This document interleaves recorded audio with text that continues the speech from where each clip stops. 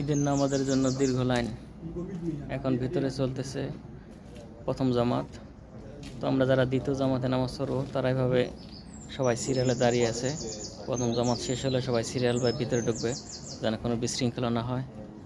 এই যে এখনও অনেক ভাইরা আসতেছে। জামাত হবে মোট 3টা, আরও 2টা জামাত বাকি। পিছনেও দেখেন বড় লাইন, এরা সবাই নামাজ পড়ার জন্য অপেক্ষা করতেছে। এখানে আসলে এরকম মাঠ নাই, তো যার জন্য আমাদের মসজিদের ভিতরেই ঈদের নামাজ পড়তে হয়। জায়গা স্বল্পতার কারণে 3টা জামাত করা হবে।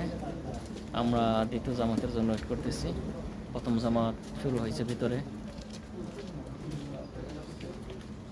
ঈদের জামাত আসলে মাঠ ছাড়া মজা হয় না, আর ঈদ লাগে না। ঈদের নামাজ মাঠের মধ্যেই ভালো। বড় মাঠ থাকলে একসাথে সবাই নামাজ পড়তে পারতাম। এই যে আমার সাথে সুদীপ লাইনে দাঁড়িয়ে আছে। বাকিরা আমাদের এলাকার সবাই আসতেছে, এখনো একসাথে দেখা হয় নাই, হবে ইনশাল্লাহ। এই যে এখনো অনেক ভাইয়েরা আসতেছে।